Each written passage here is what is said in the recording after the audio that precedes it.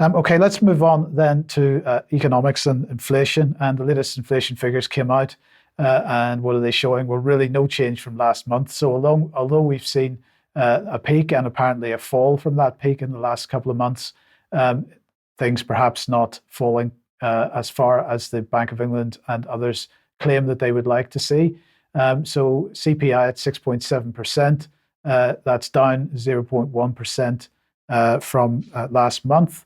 And if we look at the topics or the main areas that were having an effect, now these bars and these graphs look very significant, but in fact they're not really, because if we look at the food inflation, for example, what we find is that it has fallen by 0.1% since last month. Transport, so fuel costs have gone up by 0.15%. So really not much change in inflation, David. But of course, that is going to still very high inflation keeps pressure on, and they're still intending to raise interest rates, apparently, at the next Monetary Policy Committee meeting. Yes, and interest rates in real terms are still negative, because if we've got 6.7% inflation and the base rate is 5.25%, that's a negative real interest rate. So that's not going to be doing a great deal.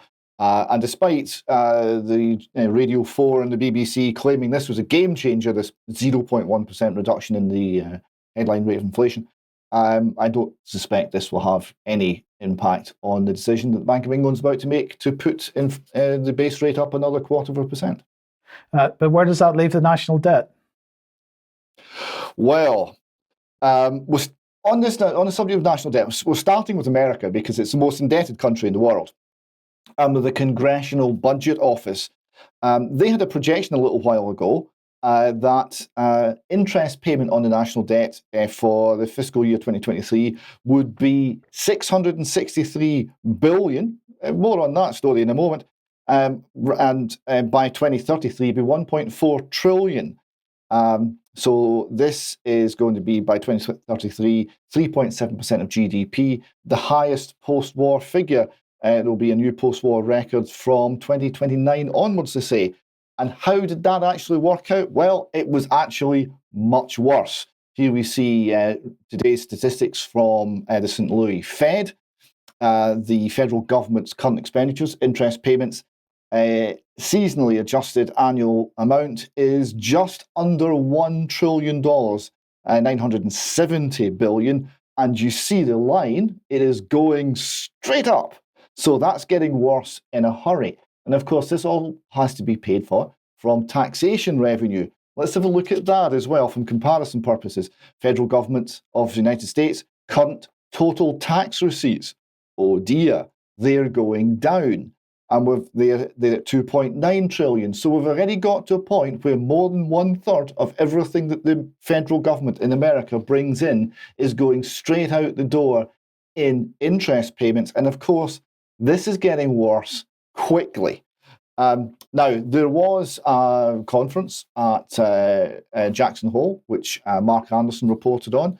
This took place in August, and we've got a few extracts from that. This is a paper submitted at that symposium by Barry Eichengreen, and he's talking about the problem with high national debt. He says public debts have soared to unprecedented peacetime heights. And he says they're not going to decline significantly for the foreseeable future. Now, the reasons for this is, firstly, persistent primary budget surpluses are not on the political cards. The government's spending on its credit card, it can't stop politically, and it can't pay the debt down. Secondly, he says it's difficult to imagine favourable interest rate to growth rate differentials. In other words, we can't grow our way out of this because interest rates are going to be higher than the growth rate. So although the economy is getting bigger, the debt is getting bigger at a faster rate. So we're getting more indebted, not less indebted. We can't grow our way out. And he says, third, inflation is not a sustainable route to reducing high public debts. Only unanticipated inflation has this effect. Oh yes, well, more on that story, I suspect, in years to come. And he says, fourth, statutory ceilings on interest rates and related measures of financial repression are less feasible today in the past. And he talks about basically increased economic liberty and says the genie is out of the bottle. So we've got huge amounts of of debt, and we're not going to be able to pay it back or down or do anything. It's going to get worse, is the message. Now, quickly, if we have a little look at the historical record on this, the country which cleared off the greatest amount of debt was, of course, the United Kingdom. In 91 years, between 1822 and 1913, we started off with a debt to GDP ratio of 194% and took it down to 28%. All that required was a century of peace. It was the most peaceful century we've ever had, a century of 2% compound growth in the economy, leading a worldwide industrial revolution, and having a worldwide empire, and being a country in charge of 1/4 of the globe. That's not happening again. But just remember that figure, 194%. That's under the best possible circumstances, the best in history that's ever been achieved in paying down a national debt. Also from the Jackson Hole paper, we have this illustration of the situation in Italy. Now, Italy's debt is not that expensive compared to America's or Britain's, and this explains why, because if you look at the net purchases of Italian government debt, foreign banks are not buying anything, foreign non-banks are disinvesting, foreign central banks are buying a little bit, but the domestic central bank is buying more or less it all. So basically the central bank's buying its own government debt. It's monetizing the debt by a slightly circuitous route.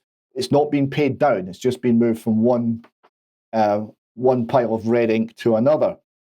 And this is essentially money printing, monetization of the debt, and it will be inflationary. Coming to Britain now, we've got the Office for Budget Responsibility. They say 2023, we expect debt interest spending to total 83 billion, 5.2% of total public spending, £1,900 per household. That's a figure that should make people sit up and take notice. That's how much we're all paying to support the government's unsustainable spending. Now, looking at trading economics, they comment that the interest payable on the United Kingdom central government debt was £7.7 billion in July.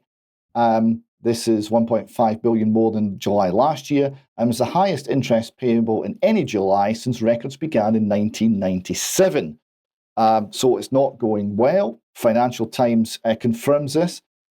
Fitch have forecast that the situation is even worse. They expect the Treasury to spend 10% of government revenue on bond costs this year.